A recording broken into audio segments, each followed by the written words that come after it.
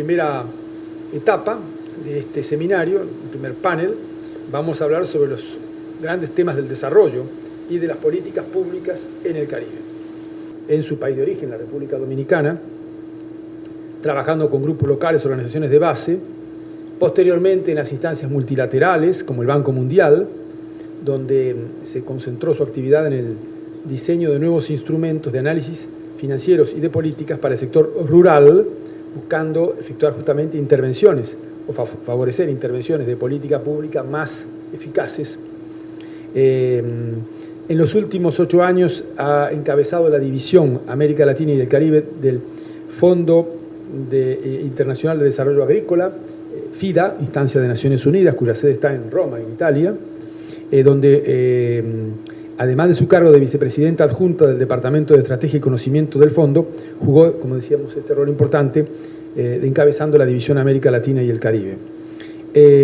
Bueno, numerosas actividades desarrolladas en el marco del FIDA, por ejemplo, la contribución a la elaboración y la dirección de todo el trabajo que llevó a elaborar un nuevo sistema de reporte de efectividad de programas cooperativos y de efectos y de impactos.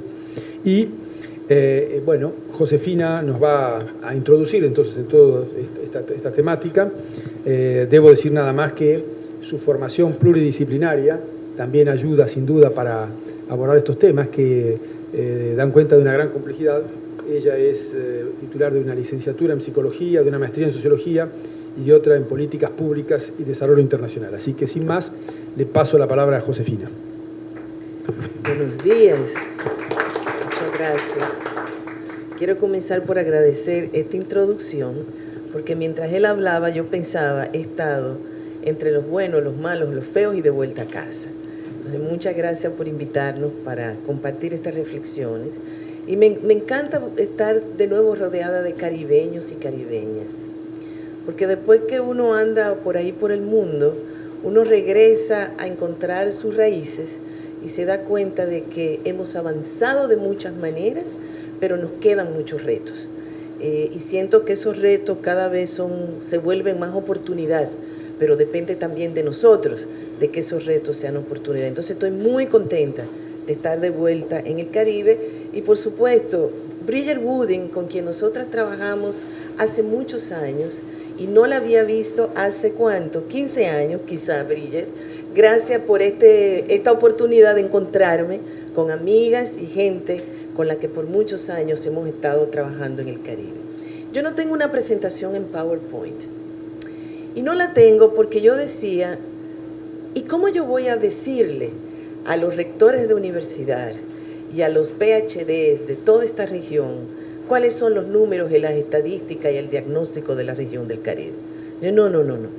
Yo creo que aquí lo que vale es una reflexión de qué son los retos que tenemos, los avances que hemos hecho, pero también las oportunidades hacia el futuro. Pero sobre todo, no tanto lo que nos desune, sino lo que nos une como región. Una región donde tenemos, además de ser frontera imperial, todos los idiomas, todas las tradiciones históricas que se puedan haber tenido en el mundo están reflejadas en el Caribe.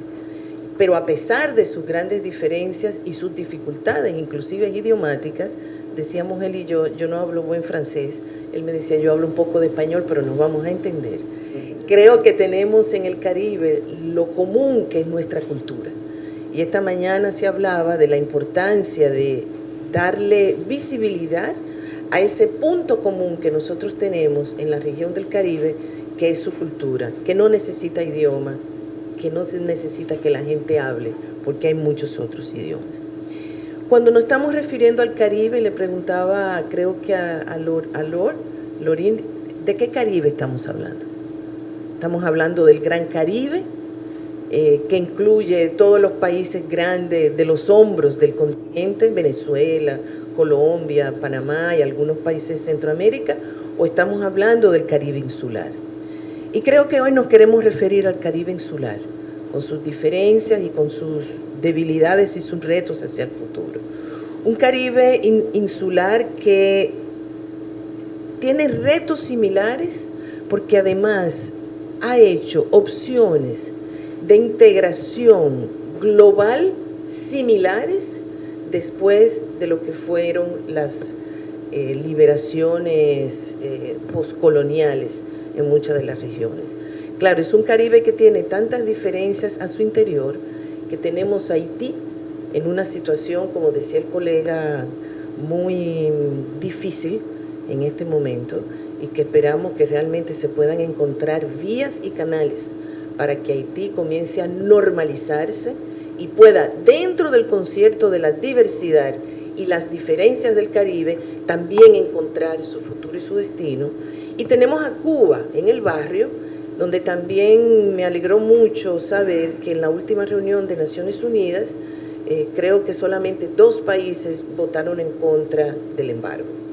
Entonces creo que estamos avanzando, eso es un avance, y entiendo que inclusive la semana pasada ha habido negociaciones con Estados Unidos para permitir, en particular en el área de seguridad alimentaria, alguna flexibilización para poder tener mayor acceso a alimentos.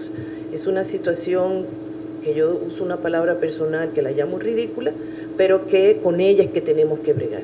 De manera tal que también esperamos que ese Cuba pueda ir encontrando canales de ir abriendo para que a su manera participe en los procesos de integración. Pero independientemente de todas esas diferencias y todos esos nuances, como le dicen mis colegas del Caribe inglés, nosotros tenemos un Caribe cuyo ingreso per cápita puede ir desde los $800 hasta los $3,000 por persona por año. Pero eso no quiere decir que inclusive en aquellas economías donde el ingreso per cápita es mucho más alto, no tengamos los problemas de inequidad que tenemos en otras regiones, pero que en el caso de los países del Caribe se siente con mucho más fuerza porque somos países más pequeños. Con inequidad nosotros nos referimos a que el último reporte, creo que fue de Oxfam, decía que en la República Dominicana el 1% de la población más rica tiene casi el 30% de los bienes y de la riqueza de la República Dominicana.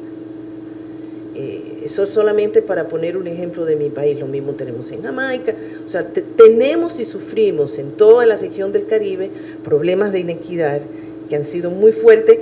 Yo no quiero decir que es relación directa pero que está agravado porque también en el Caribe hemos adoptado un modelo de desarrollo económico con una alta concentración en ciertos sectores, que son más o menos lo mismo. Todos tenemos turismo, todos tenemos zonas francas, todos tenemos sector servicio, que es la que ha concentrado sobre todo la generación de empleo, a veces empleo que no es de muy buena calidad, ¿verdad? Entonces, esa concentración ha dado también, por su lado, la emergencia de grandes sectores informales, donde creo que inclusive la Oficina de Estadística, vuelvo y me refiero a mi país, decía que, bueno, el 60% de la generación de empleo en este país lo hacen las pequeñas empresas informales, casi todas, y muchas de ellas, más de la mitad, encabezadas por mujeres. O sea, tenemos unas inequidades que se reflejan claramente en lo que son la vida económica de la gente. Y en una región donde, a pesar de que todavía tenemos una población rural importante, en Jamaica el 56% de la población vive en las zonas rurales, en Haití el 70%, en República Dominicana quizá el 40%. Esas poblaciones rurales, que siguen siendo las más pobres, y entre ellas las mujeres, producen alrededor, por lo menos, del 20% de los alimentos o más que consumen los países.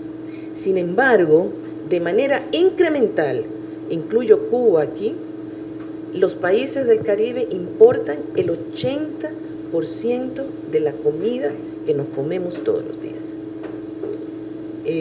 Creo que eso es un problema grave, no tan solo por poder asegurar que la gente tenga de comer, también hay que comprar la cara, porque la tiene que comprar cara el Estado para poder importarla y la tiene que comprar cara la gente porque también tenemos problemas con tasas de cambio, sino porque los sectores rurales y la productividad, la transferencia de tecnología se ha quedado rezagada.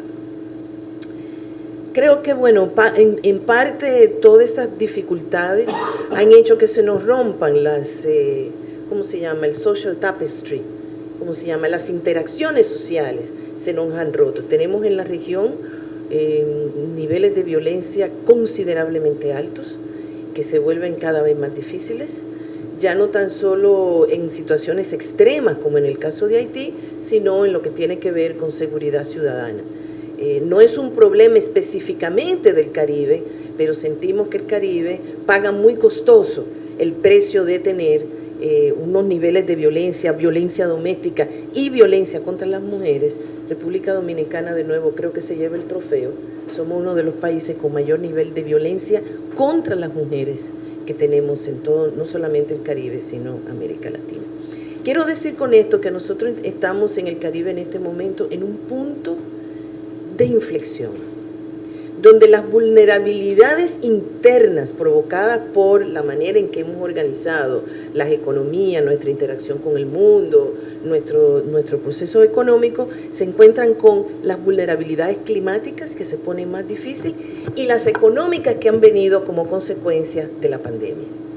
Entonces, bueno, ¿qué vamos a hacer en el Caribe? O sea, no nos podemos quedar sentados, ¿verdad? Tenemos que avanzar. Y siento que toda esta dificultad que ha traído la pandemia son oportunidades que creo tenemos mucho trabajo por delante y donde las academias juegan un papel fundamental. Me quiero referir a 2 o 3 cosas. Me quiero referir a los SDGs, a los Objetivos de Desarrollo Sostenible, que aunque lo tenemos y son un faro y decimos, bueno, quizá no lo logramos, creo que es un faro para tener lo que yo estoy llamando en estos tiempos un Mission Driven Development en el Caribe. O sea, ¿qué queremos decir? Sí, bueno, queremos que todo el mundo vaya a la escuela, pero queremos que todo el mundo vaya a la escuela, ¿para qué? Tenemos los jóvenes que van a la escuela, tenemos las mujeres participando en la educación superior, pero de una manera extraordinaria, pero luego no encuentran trabajo, pero luego no encuentran dónde emplear todo su conocimiento técnico. Tenemos que utilizar a los ODS y comenzar a repensar en el Caribe un Mission Driven Development para los próximos años. ¿Y por qué? Bueno, porque el Caribe, aunque es uno de los menos contribuyentes a lo que es la emisión de carbono climático, nosotros sufrimos las consecuencias. Entonces creo que se están abriendo agendas nuevas donde el Caribe tiene un papel muy importante que jugar y no tan solo tomemos el tema de cambio climático por cambio climático, sino porque eso implica nuevas capacidades, nuevas tecnologías, nuevos recursos, nuevas capacidades que tenemos que instalar en los países para nosotros aprovechar lo que son los nuevos desarrollos que se están haciendo a nivel global. Creo que eso nos ayudaría a bajar vulnerabilidades, aportar a los objetivos de desarrollo, pero también a desarrollar técnicamente algunas de nuestras capacidades. El tema de seguridad alimentaria está totalmente ligado a lo que son los temas de cambio climático. Producir para poder comer, pero no podemos producir como antes. Los jóvenes ya no quieren estar en el campo, pero ¿quién quiere estar en el campo trabajando de sol a sol, doblado, como si estuviéramos en la época medieval? Es parte del Mission Driven que tenemos pendiente en el Caribe y es cómo vamos a volver a traer producción local, industrialización y productividad en un ambiente donde el cambio climático y los temas climáticos son importantes. El segundo tema que yo creo que tenemos que repensar, y la academia es muy importante, es el tema de acceso a mercado de capitales. Yo estaba espantada cuando yo llegué al FIDA de darme cuenta que en un periodo de menos de 5 años, todos los países de América Latina y el Caribe, con la excepción de Haití, se habían graduado como países de ingreso medio. ¿Qué significa eso? Significa que yo creo que hasta Oxfam se fue de República Dominicana. Se fueron todas las agencias. Todos los países de América Latina tienen que tomar préstamos en condiciones igual que si fuera qué sé yo, España o Europa. Somos países de ingreso medio. Y nos miden por lo que es el promedio de lo que nosotros tenemos. Creo que es tiempo y me da mucha emoción ver la primera ministra de Barbados luchando para que en las entidades multilaterales a los países del Caribe, por ser vulnerables, se les trate con preferencias en términos de lo que son los recursos de préstamo que tienen. Y no es solamente porque queremos préstamos más baratos, es que estamos altamente endeudados y es que mucho del dinero que tenemos que usar para pagar la deuda la podríamos utilizar en educación, en salud y en otras áreas de desarrollo. Entonces eso es un área donde yo creo que hay un trabajo muy duro que hacer y que las academias nos pueden ayudar mucho. El otro tema es el tema de la integración regional, que se nos ha quedado medio en el tintero. Es un tema donde dentro del Caribe se avanzó mucho, se formó el CARICOM, por supuesto, se formaron instituciones regionales, pero todavía estamos luchando con que para venir de Santo Domingo a, ¿quién dijo?, a La Habana, hay que ir a Panamá para venir aquí, y para ir de aquí a Puerto Príncipe a veces hay que ir, o sea, todavía no tenemos las conexiones, lo que significa que tenemos una tarea en la integración regional para hacer. Pero esa integración regional yo creo que en este momento tiene que tener áreas específicas y de nuevo ahí la academia puede ayudar mucho. ¿Cuál es el nivel de conectividad que nosotros tenemos en la región? Bueno, en República Dominicana todo el 93% de la población tiene acceso a un teléfono móvil, pero no tenemos acceso a banda ancha que nos permita hacer transferencias científicas y tecnológicas a través de la banda ancha. Tenemos un problema con las vacunas. Nosotros conseguimos porque las pagamos 5 veces más el precio. Otros no pudieron conseguir. ¿Cómo vamos a avanzar en todo lo que tiene que ver con salud? Pero siento también que como el mundo se ha puesto más pequeño, la integración va más allá del Caribe.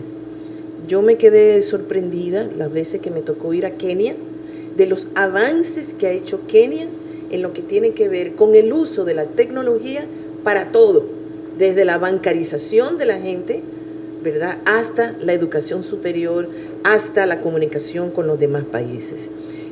Ruanda está trabajando todo lo que son temas de ciencia, medicina, tecnología, educación superior. Bueno, ¿por qué no ampliar ese objetivo de conectarnos al mundo, no tan solo con el Caribe, sino con otros países? Yo lo voy a dejar solamente con una provocación que a mí me ha dado mucha provocación.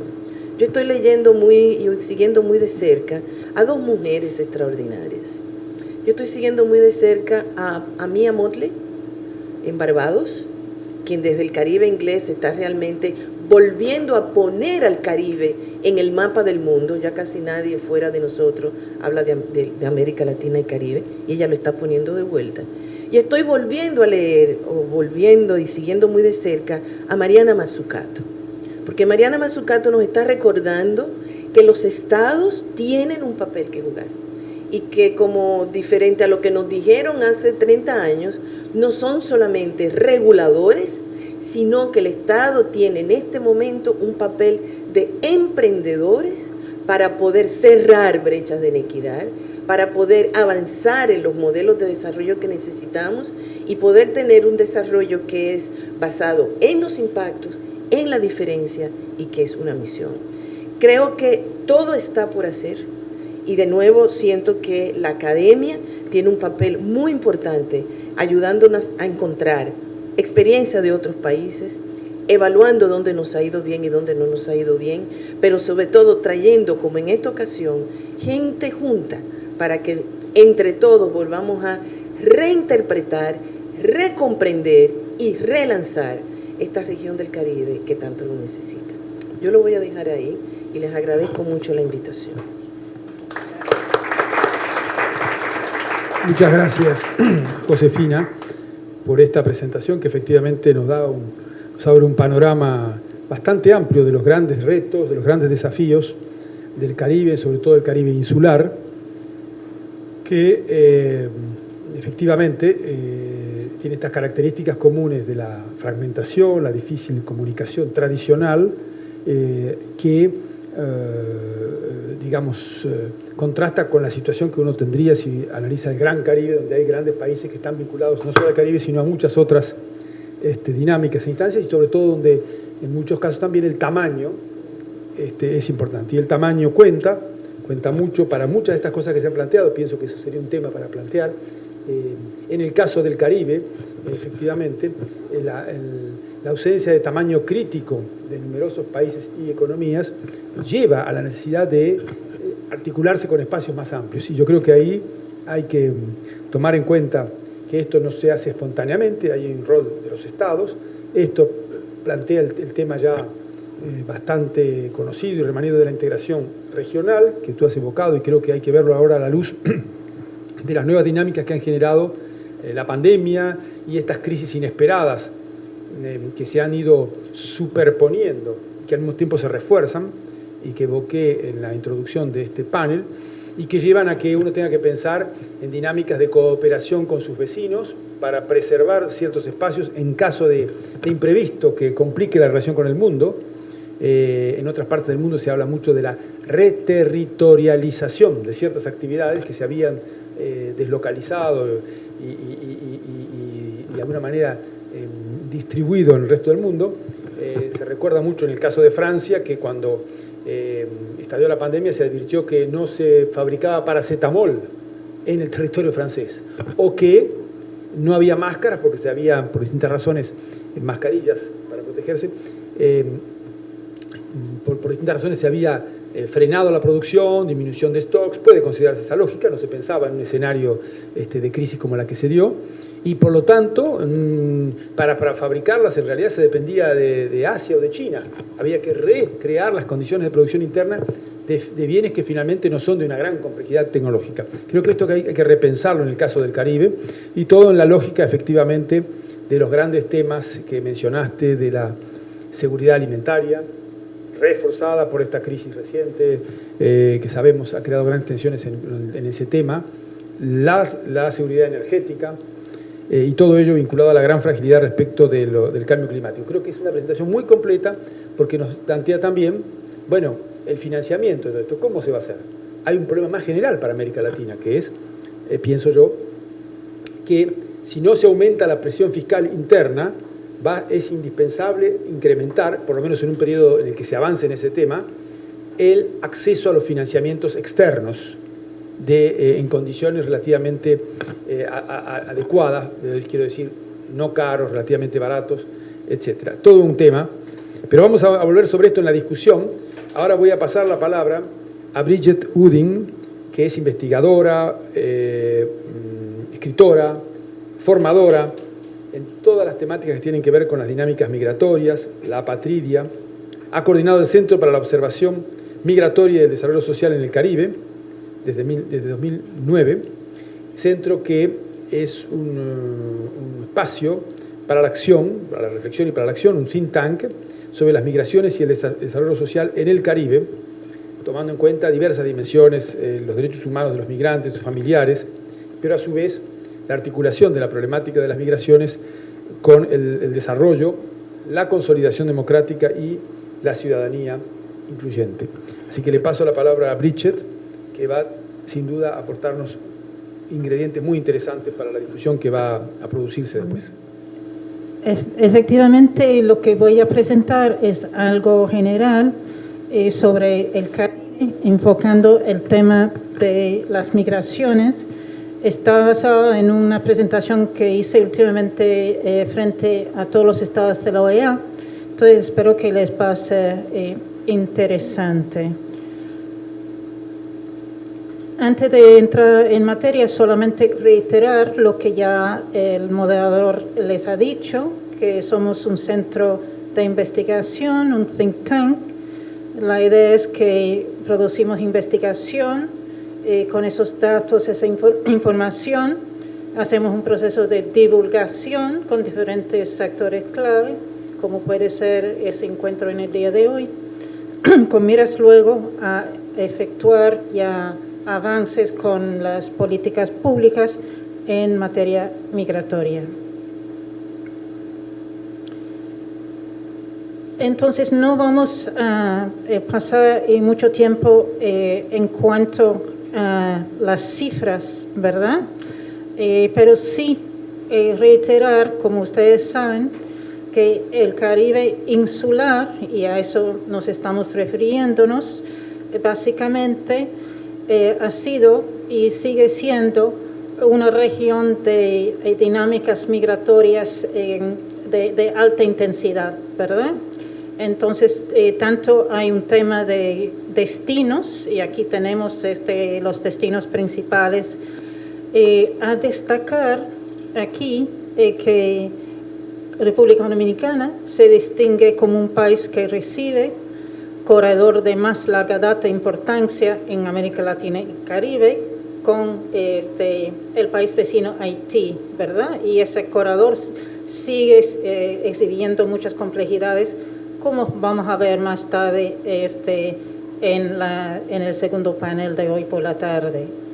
A destacar que una persona en 5 nacida en el Caribe insular vive de manera permanente fuera de su país de nacimiento. O sea que esa diáspora representado en la columna, realmente en esas 2 columnas, es muy importante también para el tema del desarrollo en el Caribe.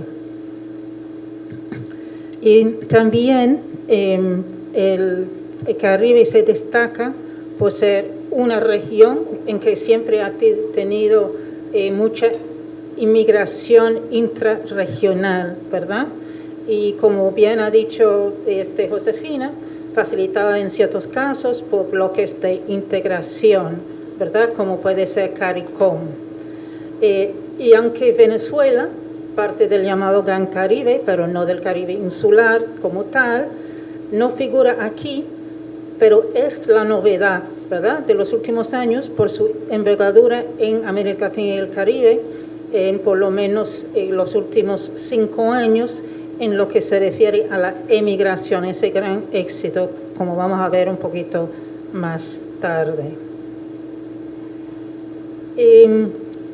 Vamos a dedicarnos solamente a hablar de algunos temas, porque podemos hablar de muchas cosas, ¿verdad? Pero vamos a tratar de poner el Caribe en el contexto de sus últimos retos y desafíos, ¿verdad?, que se puede conceptualizar en el encuadre de movilidades de shock, ¿verdad?, que son movimientos súbitos humanos en respuesta a disrupciones agudas, como la pandemia actual de COVID-19, diferente a la migración planificada. Movilidades de shock abarcan varios grados de migración forzada o se les puede caracterizar como migración reactiva causada por una situación de crisis. La migración forzada comienza muchas veces con movilidades de shock, pero las movilidades de shock no conducen siempre a la migración forzada prolongada. Ahí tenemos una foto de huracán Dorian, ¿verdad?, 2019, como un buen ejemplo de esa movilidad de shock, que eso ha inducido una migración temporal a los Estados Unidos por las personas que tuvieron los recursos para hacerlo. Migrantes haitianos fueron afectadas prácticamente en situaciones de deportación, y las mujeres fueron afectadas de manera diferenciada porque no tuvieron acceso a los recursos normales para cuidados de sus hijos e hijas.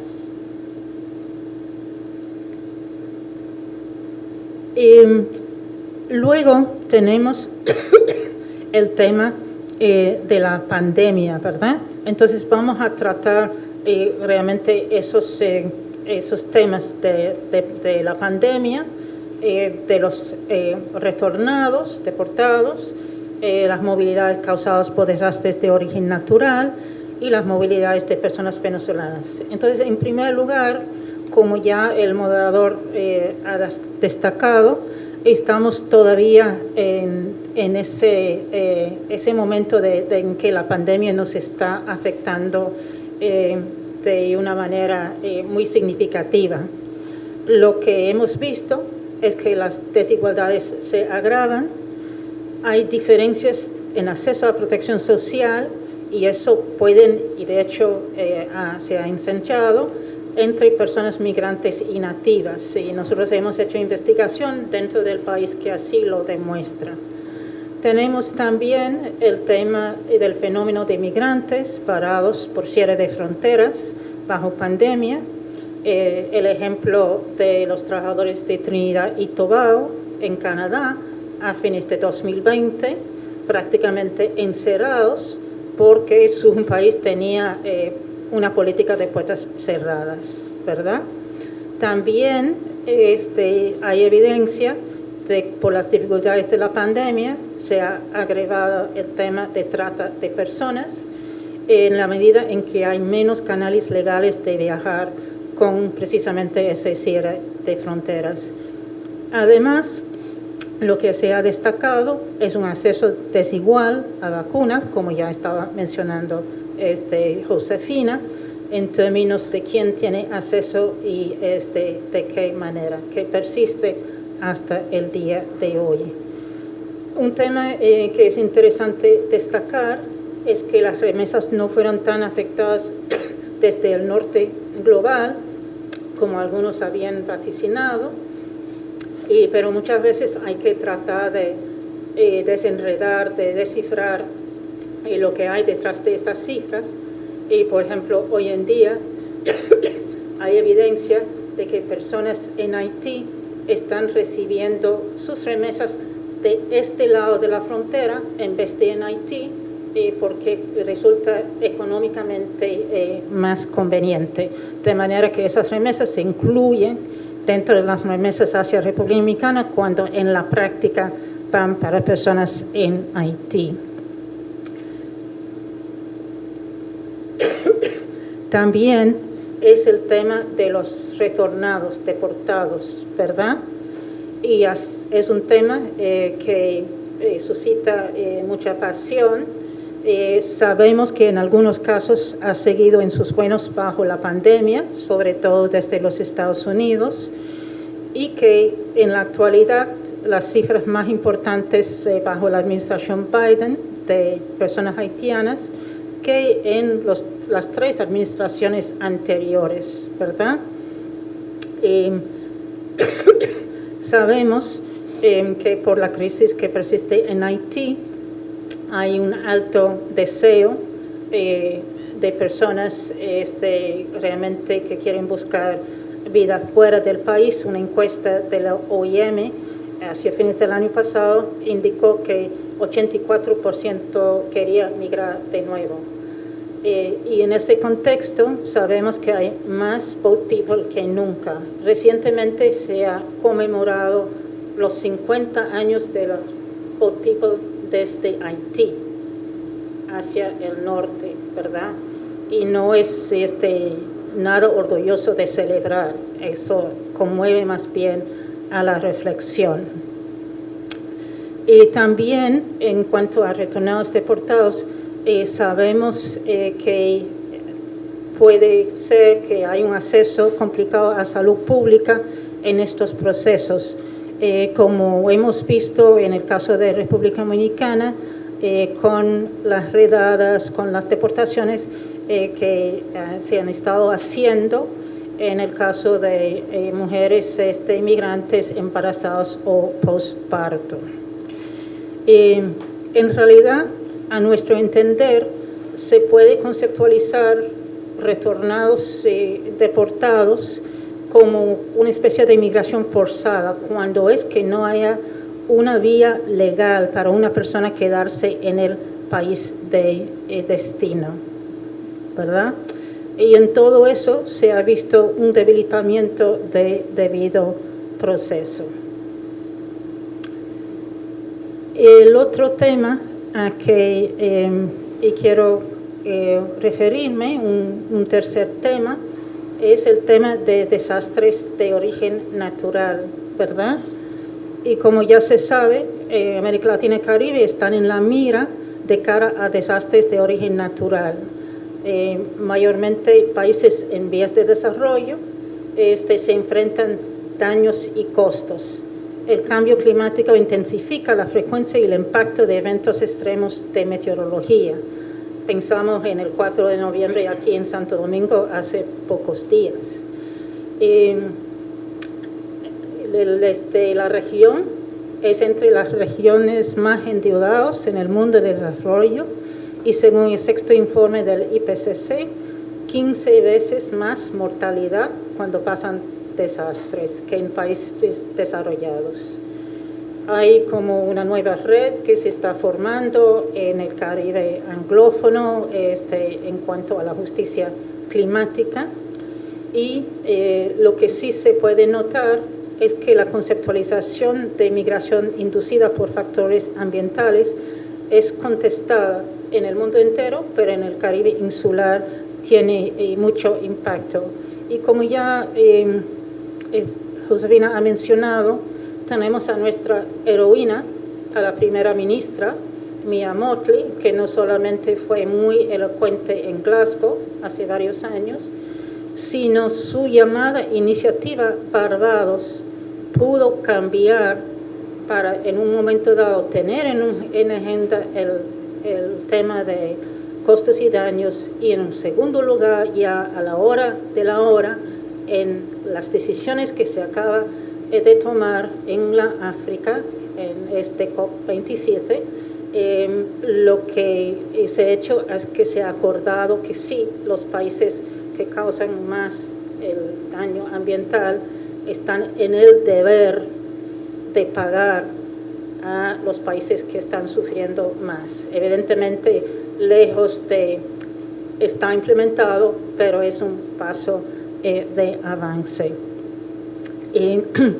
Y lo que es importante ahí es que estamos en una situación en que estamos con estados insulares pequeños en situación de desarrollo, que son entre los estados más afectados por cambio climático en el mundo. Y solamente para tener una idea del impacto en el desplazamiento, tuvimos en Montserrat un volcán, 1995, se tuvo que evacuar prácticamente toda la isla de manera temporal hacia el Reino Unido e Irlanda por razones históricas. De igual manera, Barbuda se evacúa temporalmente hacia Antigua tras Irma en 2017. Dorian en las Bahamas tenía tanto una evacuación hacia los Estados Unidos para algunos, para otras deportaciones, desalojos y, como había mencionado, impacto diferenciado en mujeres, para solo dar algunos ejemplos.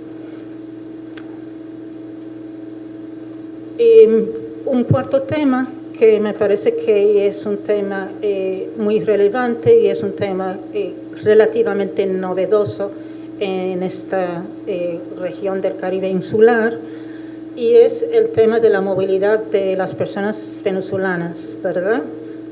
Como ya sabemos, el éxodo persiste, el Caribe insular está afectado por números significativos de cara a la densidad poblacional en las islas. Por ejemplo, un territorio como Aruba puede ser el país como más afectado en toda América Latina y el Caribe por el porcentaje de personas migrantes venezolanas de cara a personas nativas. Hay procesos de regularización incipiente en algunas islas, pero son procesos incompletos. Las mujeres siguen con cierta vulnerabilidad a la trata de personas y la protección internacional es débil en un contexto en que su categorización es contestada. Por ejemplo, pocas personas tienen acceso a la categoría de refugio. El ACNUR quiere dar una etiqueta de personas desplazadas internacionalmente. Hay otros migrólogos que piensan que eso se llama migración de supervivencia. Y total que no hay consenso en términos de realmente confrontar eso. Lo que sí es cierto es que la región, en términos globales, está cargándose con la mayor parte de este éxodo en comparación con personas venezolanas que buscan refugio en otras partes del mundo. Y voy a pasar rápidamente a mencionar como algunas recomendaciones de cómo se podría mejor gobernar las migraciones en la región, ¿verdad? Respetar las obligaciones y acuerdos existentes del derecho nacional, regional e internacional mediante la implementación y respeto de la no devolución y acceso al territorio. Eso es particularmente complicado en el Caribe como tal, porque pocos países, pocos territorios se han adherido a los pactos relevantes del ACNUR. Hasta últimamente no habían participado en el proceso llamado proceso de Cartagena, que es un proceso de América Latina que intenta ampliar la definición de refugiado para acomodarse al contexto regional. Por primera vez el Caribe participó en esos procesos hace algunos años, pero no realmente ha dado seguimiento a eso. También la idea es de garantizar la posibilidad de compartir la responsabilidad en lugar de hacer cambios de responsabilidad. O sea, la idea es que no se conceptualiza como una carga la migración, sino hay un compartir de responsabilidades, ¿verdad? Y también centrarse en las vías de protección y vías complementarias, además de la asistencia humanitaria en la ruta migratoria. Por ejemplo, hay iniciativas en América Central en que se está tratando de ver qué tipo de norma se puede tener para personas que cruzan fronteras debido a ciertas situaciones inducidas por desastres u otros, y qué tipo de protección podrían tener en esos escenarios. También entendemos que hay que priorizar las necesidades de protección y los derechos humanos en la gestión fronteriza en lugar de medidas de militarización. Y en ese contexto es importante entender que lo que la Comisión Interamericana de Derechos Humanos ha dicho hacia fines del año pasado y ha dejado algunas pautas para cómo todos los gobiernos de la región pueden realmente ayudar a mejor proteger a personas migrantes haitianas en necesidad de protección y respetar los derechos. O sea que un control migratorio que no prevé protección para migrantes, a fin de cuentas, no va a ser adecuada ni va a llenar sus propósitos. También la idea es que lo que se puede tener es un compromiso sustantivo y sostenido de las partes involucradas. Así es que los gobiernos podrían tomar más en cuenta todos los actores académicos, actores de sociedad civil, proveedores de servicios jurídicos, organizaciones internacionales y sobre todo las organizaciones de las mismas personas migrantes, refugiados y mismos, entre otros, ¿verdad? Que sin la participación de todos y sin una participación real comunitaria es muy difícil resolver de manera sostenible algunos de estos nudos en términos de integración y protección. Poner el ejemplo de transparencia en lo relativo a los acuerdos bilaterales y multilaterales y a los cambios de política migratoria, ¿verdad? Y ahí es cuando los países pueden utilizar temas de acuerdos bilaterales hacia fines positivos. También es muy importante atender a la diversidad en la migración, ¿verdad? Asegurar que temas que tienen que ver con niños, niñas, jóvenes, mujeres, familias, poblaciones indígenas, negras y todo tipo de diversidad estén tomados en cuenta. Y es en ese sentido que en particular lo que se ha destacado en la literatura y en la realidad es que las personas migrantes haitianas, por diferentes motivos, tienden a través de la región a sufrir mayores niveles de racismo y prejuicio. Y ahí es donde hay que pensar realmente en facilitar la integración de las personas recién llegadas y personas retornadas. Eso pasa por, entre otros, acceso a documentación, educación de calidad, acceso también a atención médica, acceso a empleo, otras oportunidades de capacitación. Sí, entonces estamos saliendo un poquito de la región insular para indicar aquí que la migración haitiana desde el país vecino tiene realmente una telaraña de sitios de asentamiento y que están muchas veces en situaciones de mucha vulnerabilidad, no solamente aquí en el Caribe insular. Y para ir terminando esa presentación, lo que evidentemente es muy importante en todo eso es la buena gobernanza, ¿verdad?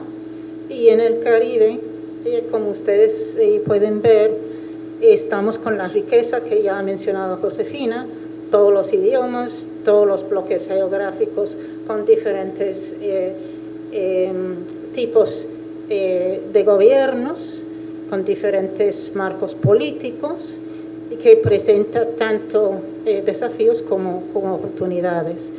Una de las oportunidades evidentemente es lo que ha sido el Tratado Revisado de Charaguamas de 2001, que es lo que realmente ha ayudado a CARICOM a seguir creciendo, sobre todo los países del Caribe anglófono, pero también incluye Haití, y República Dominicana participa como CARIFORO, ¿verdad? Un poquito más tarde que otros bloques de América Latina y el Caribe, en 2016 se lanza lo que es el tema de un bloque que ayuda a la gobernanza, ¿verdad?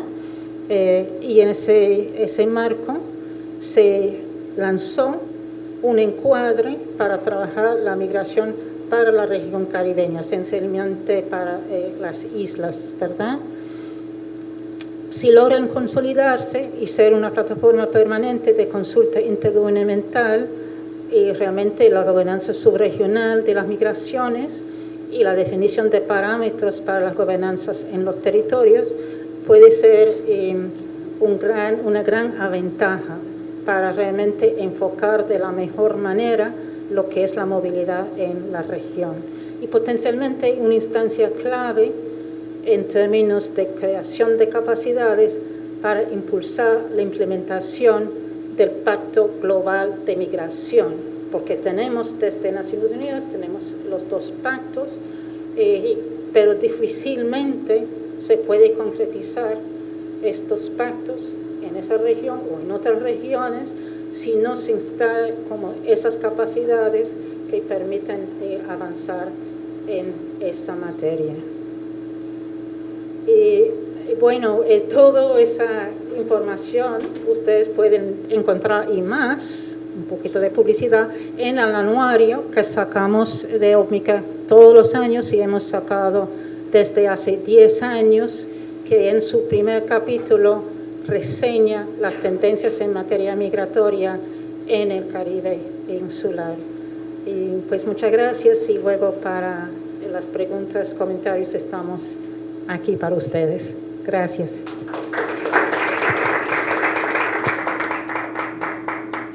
Muchas gracias. Deberíamos decir que en muchos de estos temas la dificultad consiste en verse enfrentado a una ola que ha crecido vertiginosamente con capacidades de acción estatal y políticas débiles. Y cuando planteabas allí el tema, por ejemplo, de algunas de las recomendaciones, ¿no? Y en particular el tema de las responsabilidades, cómo compartir los cambios bruscos, no podía sino pensar en los problemas que tiene la Unión Europea para hacer frente a flujos migratorios que vienen del sur, por ejemplo, y que pues generan conflictos entre sus miembros, porque no está claramente establecida en los hechos ese compartir de responsabilidades. Hay un episodio reciente que enfrenta o crea tensiones grandes entre Francia e Italia, por ejemplo, sin contar con toda la problemática novedosa que en esa zona del mundo se produjo a raíz de la guerra en Ucrania. Así que estamos en presencia de un fenómeno que en este desafío para las políticas públicas se presenta con mayor agudeza, aún en el caso del Caribe. Y bueno, yo creo que profundizaremos esto en la discusión porque estamos un poquito apremiados desde el punto de vista del tiempo, razón por la cual no haré otros comentarios, aunque realmente la tentación es grande de seguir profundizando en algún punto, pero lo dejamos para la discusión y las preguntas. Vamos ahora a pasar la palabra a Kassendi Kalisz, que es efectivamente especialista de economía, de planificación económica, que ha efectivamente también en su formación un máster en management, opción compañías y mercados, el Instituto de la Francofonía de Management en el Caribe, que también tiene un diploma de estudios avanzados en análisis económico y políticas de la West Indies University, y que efectivamente va quizás a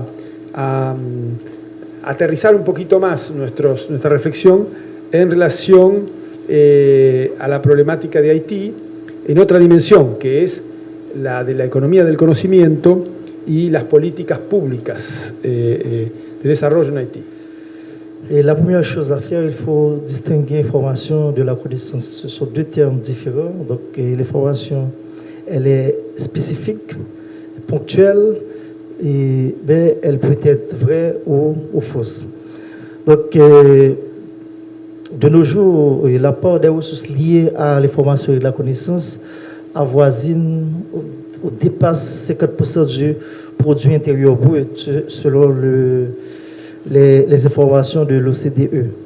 Donc, à partir de 1990, il y a eu un nouveau courant, une nouvelle école de pensée sur l'économie de la connaissance qui prend en compte la compétitivité des firmes et la croissance des nations. Donc, en 2000, on a eu le sommet de Lisbonne où l'Union européenne voulait faire a donné son point de vue sur le développement des pays de l'Europe.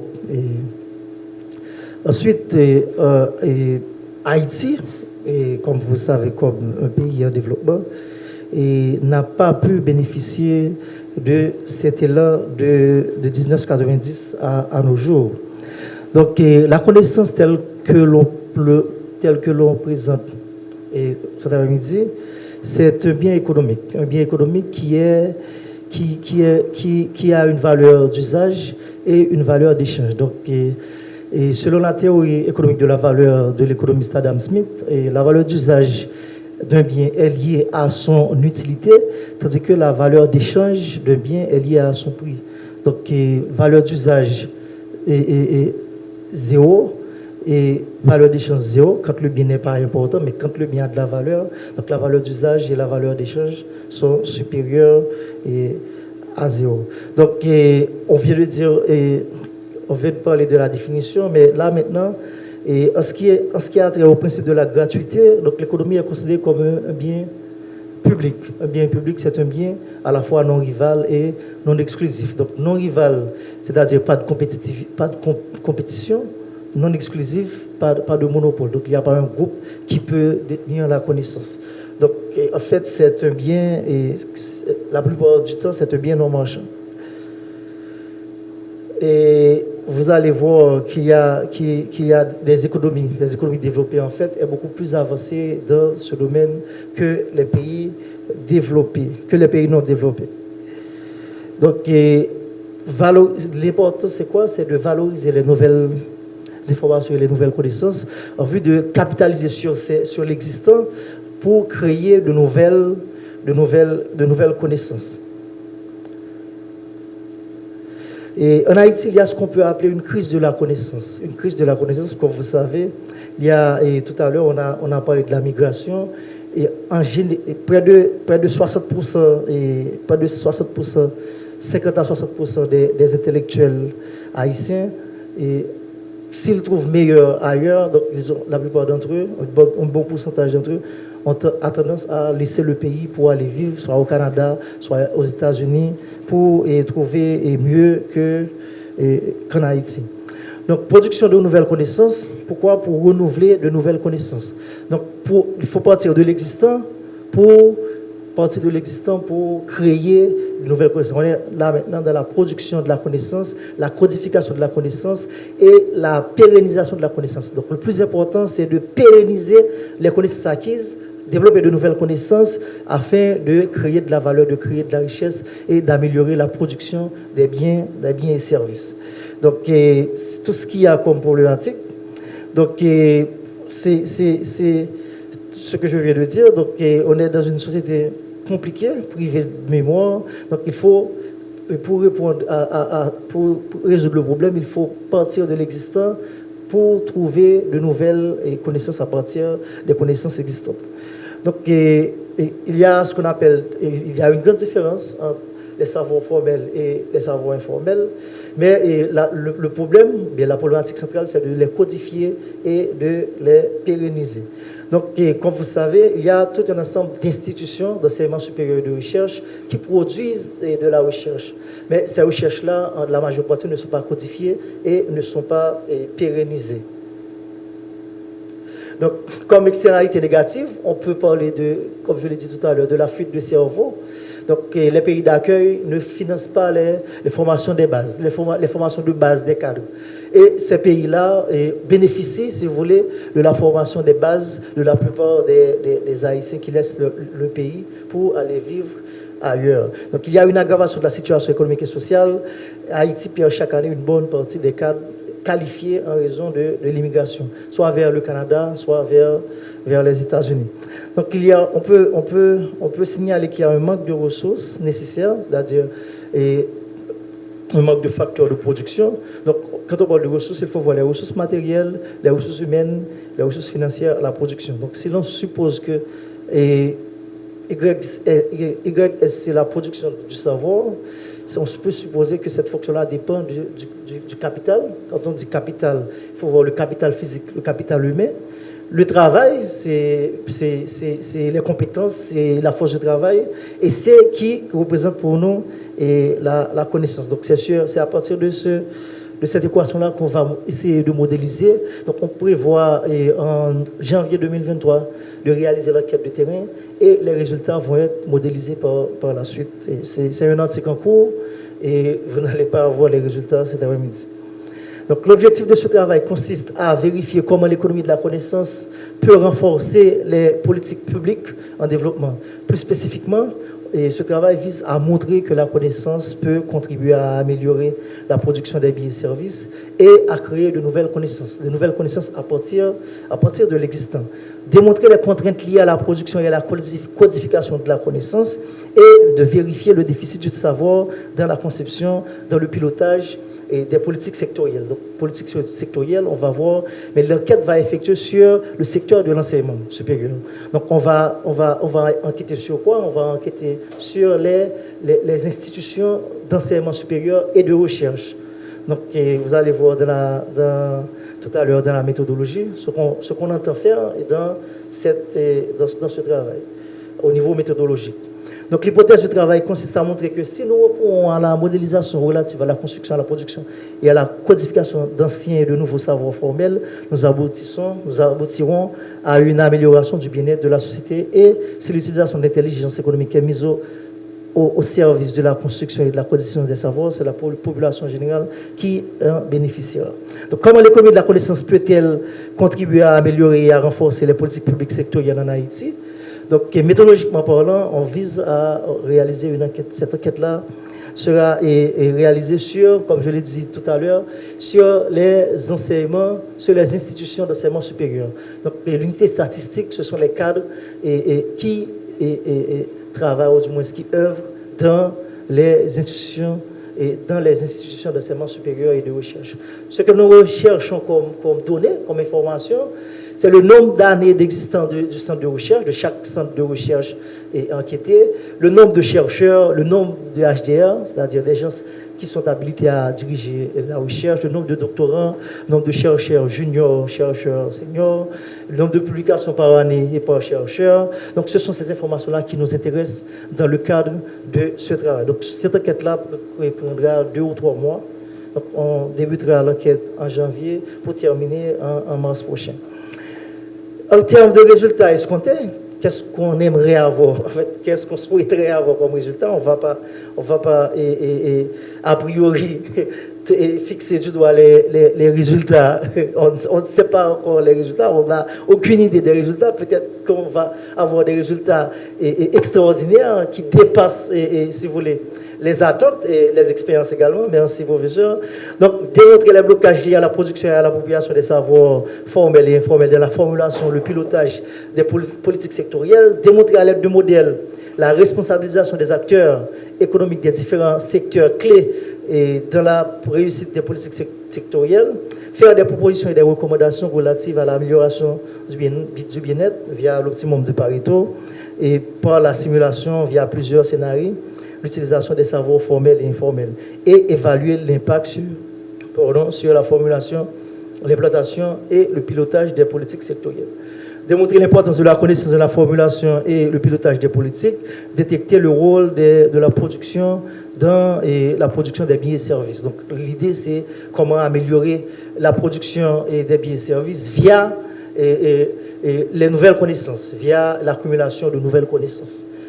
Trouver comment pallier aux problèmes liés à la codification et à la pérennisation des savoirs, c'est intéressant de voir. Il ne suffit pas seulement de produire de la connaissance, mais il faut les codifier et arriver à les pérenniser. Donc, proposer un modèle permettant de déceler l'importance de la connaissance, de la formulation et le pilotage des politiques sectorielles. En termes de conclusion, donc on va essayer de suggérer l'importance, comme je l'ai dit tantôt, de la production, de la codification et la pérennisation des savoirs, et déceler les difficultés liées à la reconnaissance et à l'intégration des connaissances, comment transformer de manière structurelle les secteurs d'activité, surtout ce qui nous intéresse dans l'enquête de terrain, c'est le secteur de l'enseignement supérieur et de recherche, et voir comment donner de nouvelles pistes, de nouvelles recommandations.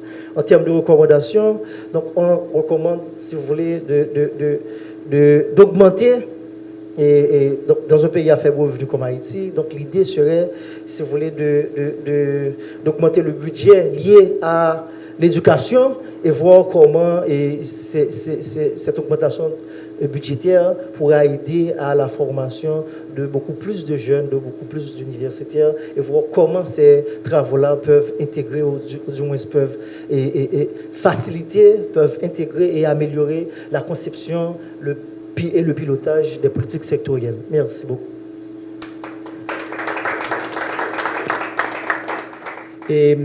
Sin duda, la dificultad está en que, en el caso particular de Haití, que se presentó aquí como central en este proceso de investigación que yo creo que está en construcción, ¿verdad?